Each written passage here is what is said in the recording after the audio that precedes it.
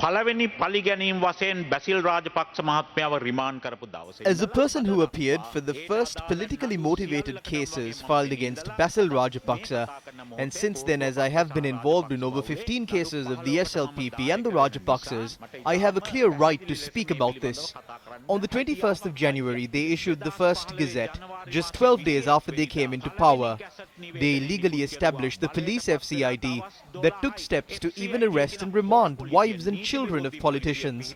While the previous government exacted political revenge in an illegal and shameful manner, they did not include any of these in the Geneva report. They would have been asleep when these things happened. After Basil Rajapaksa was arrested, Namal Rajapaksa was arrested. They remanded him twice. Even today he has cases filed against him. Let's imagine that Namal was prosecuted because he is involved in politics. What did Yoshita do? They remanded Yoshita as well. All of them were asked to confess that Basil Rajapaksa gave them this order, or Namal Rajapaksa gave them this order, or Gotabaya Rajapaksa gave this order, and they will be released. But when they refused to do so, they were remanded. නියෝගය දුන්නා කියන්න නැත්නම් ගෝඨාභය මහත්මයා මේ නියෝගය දුන්නා කියන්න එතකොට එළියට දාන්නම් කියලා බෑ කිව්වම රිමාන්ඩ් බාරයට පත් කළා මතක් කරලා දෙන්න ඕනේ මාව හිරේට අරගෙන මගේ I would like to remind you that I was arrested and posters were put up all over the country calling to arrest my family and children on sight. They lived in hiding for 5 years. This country has a history like that. The president of this commission was called a mad person who does not understand the country and the justice system. We see the recommendations in this report as Kakele decisions. The law has been used arbitrarily and the court system of this country has been surpassed as well. Also, the president has now appointed a special presidential commission to submit further recommendations on this commission report. We have an issue with what future steps will be taken based on the recommendations of the special presidential commission report. We understand that it will be the intention of the government to implement through parliament any recommendations calling for the suspension of the civic rights of members of the good governance government and those involved in the corruption committee. Since there are members of the judiciary who are sitting members of this special presidential commission, we hope that they will conduct themselves in a way that protects the integrity of the judiciary of this country. We see the suspension of the civic rights of opposition parliamentarians as a cowardice move. We saw certain recommendations in this commission report that recommended the acquittal of certain people who have been indicted in court. They also recommend to pardon certain other people who have already been sentenced. Here are some examples. There is a case where a group of schooling children were kidnapped and held for ransom. When information was coming into light that this kidnapping was done by the Navy, all of these children were killed and tied to a stone and drowned in sea. When such a case is being tried in court, this mad commission has recommended that these people be acquitted. Is this justice? No, it is not. These are blatant crimes. Field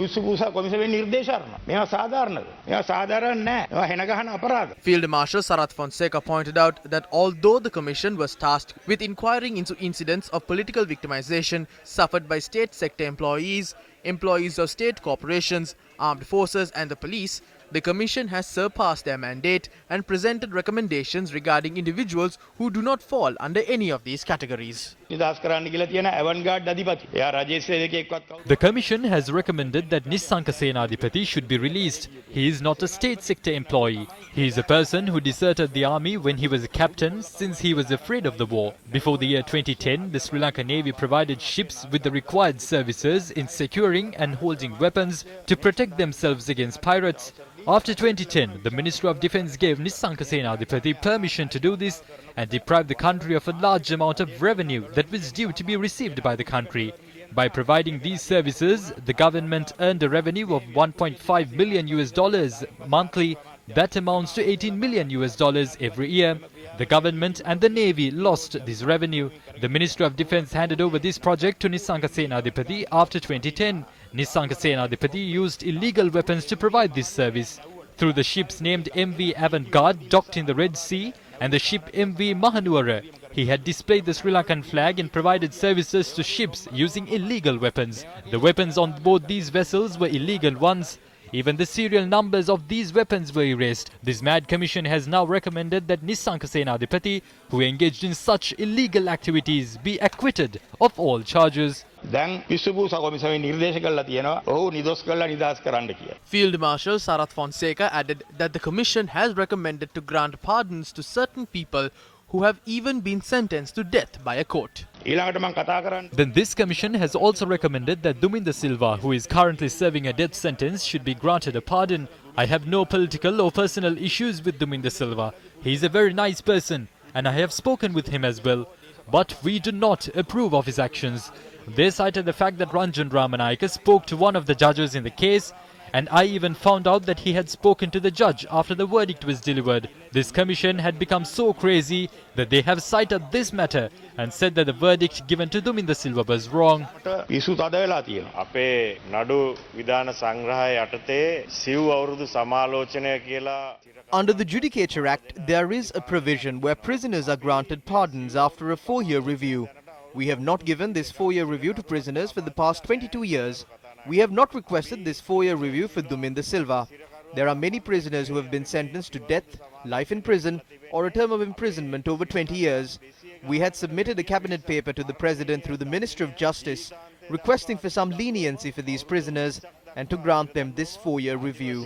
අධිකරණ ඇමතුමා මගෙන් cabinet පත්‍රිකාවක් ලබා දීලා තිබුණා මේ සිව් අවුරුදු සමාලෝචනය ලබා දෙන්න කියලා.